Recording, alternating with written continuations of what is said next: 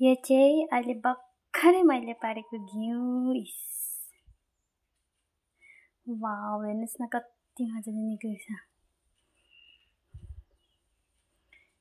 यहाँ हेर्नुहोस् न घिउ, यो चाहिँ घिउ है, कस्तो राम्रो छ हेर्नुहोस् न, भर्खरै मैले पारेको। कसलाई मनपर्छ घिउ, हजुरहरू पनि भन्नुहोस् है त।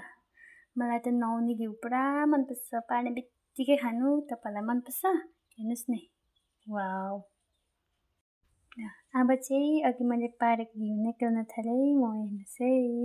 वाउ, हेर्नु के मजाको।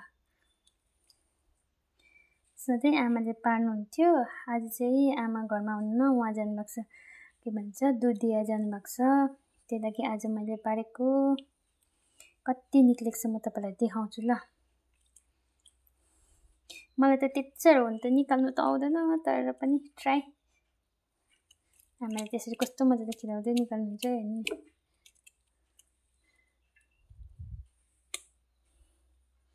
देखाउँछु ल म पुरा निकालेर।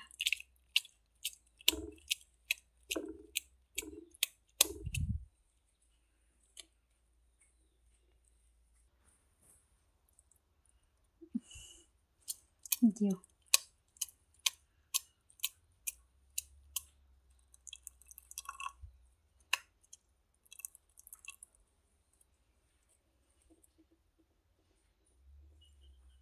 यत्रो भइसक्यो।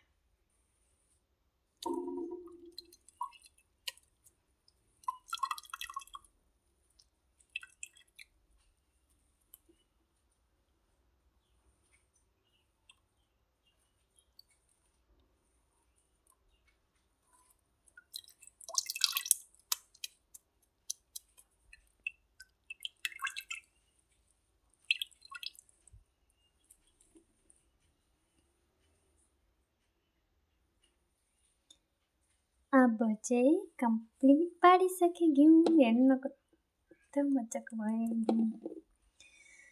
कति किलो छ होला हेर्नुहोस् न यहाँनिर। तपाईँहरू भन्नुहोस् न ल कति किलो छ। यति महीको यति घिउ भयो। हेर्नु अझै फेरि के भरि छ घिउ, कसरी निकाल्नु, चेपमा घुसिरहेको छ।